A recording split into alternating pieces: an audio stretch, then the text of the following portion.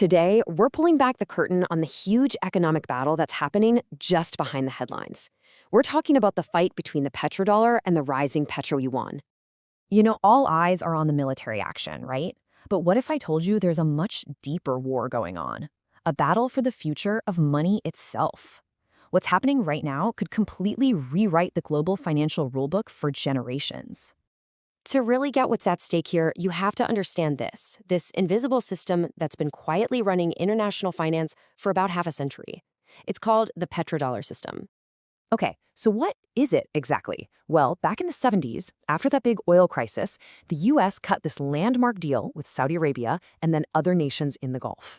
The deal was, honestly, simple but absolutely brilliant. All oil, everywhere, would be bought and sold in US dollars. And this one deal created this incredibly powerful cycle. First, any country that needed oil, which, let's be honest, is pretty much every country, had to get their hands on US dollars. That created this constant massive demand for the dollar. Second, the oil producers, who were now swimming in all these dollars, what did they do? They invested them right back into the US by buying treasury bonds. This meant the US government could borrow money more cheaply. But here's the final crucial piece of the puzzle.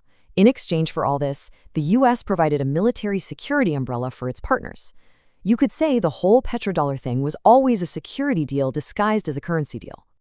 So for 50 years, that deal has been the absolute bedrock of America's economic power. But now, well, the ground is starting to shake, and some pretty deep cracks are appearing in that foundation. And look, this didn't just happen overnight.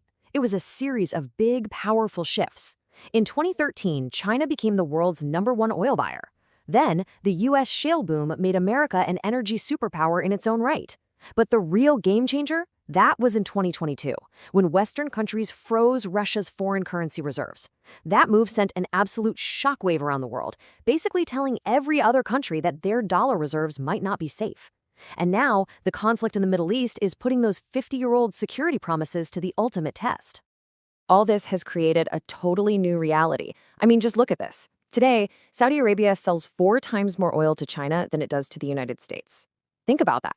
The kingdom's most important client is no longer in Washington, it's in Beijing. The entire center of gravity for global energy has shifted east. So here's the really crucial point.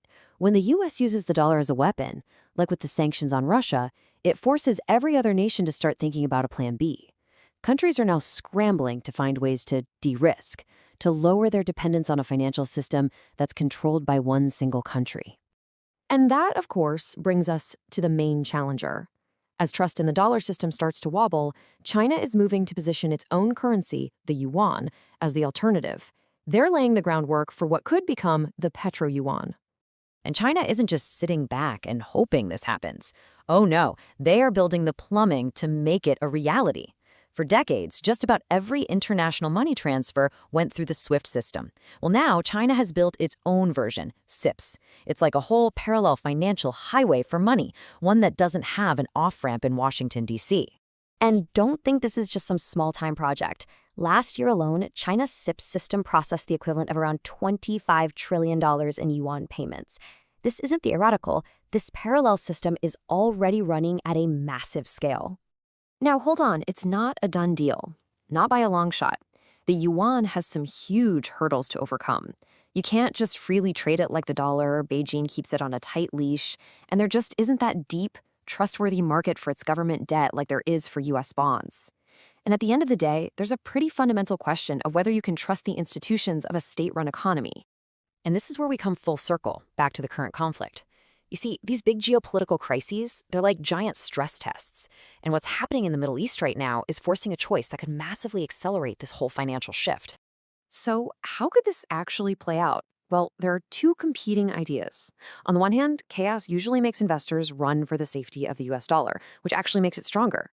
And if the US military handles the crisis decisively, it could reinforce its role as the region's protector. But on the other hand, a messy, drawn-out conflict that the US can't control could totally shatter that perception of its security umbrella. And that would push countries like Saudi Arabia to go all in on alternatives. This is exactly what analysts at places like Deutsche Bank are pointing to. They're basically saying that this moment, right now, could be the catalyst. It could be remembered as the historic turning point where the slow erosion of the petrodollar finally gave way to the birth of the Petroyuan. So, what's the big takeaway here? Look, the dollar is not going to collapse tomorrow. That's not what's happening. What's way more likely is that we're moving from a world run by one currency to a much messier, more fragmented world with multiple financial systems running side by side. You'll have a dollar block and you'll have a yuan block. And if you want to look even further down the road, here's a really interesting idea. Some analysts are suggesting that the true successor isn't the Petroyuan, but the Electroyuan. The thinking is, as the world shifts from oil to electricity, the real economic power won't be about oil anymore. It'll be about who controls the supply chains for batteries, solar panels, and EVs, a field where China has a huge lead. So what we're witnessing is the potential end of a financial order that's been in place for 50 years. And a shift this big, it's about way more than just exchange rates. It's about power, because the country with the dominant currency gets to write the rules for the rest of the world. So the real question as we head into this new multipolar financial world is, who gets to write the next chapter?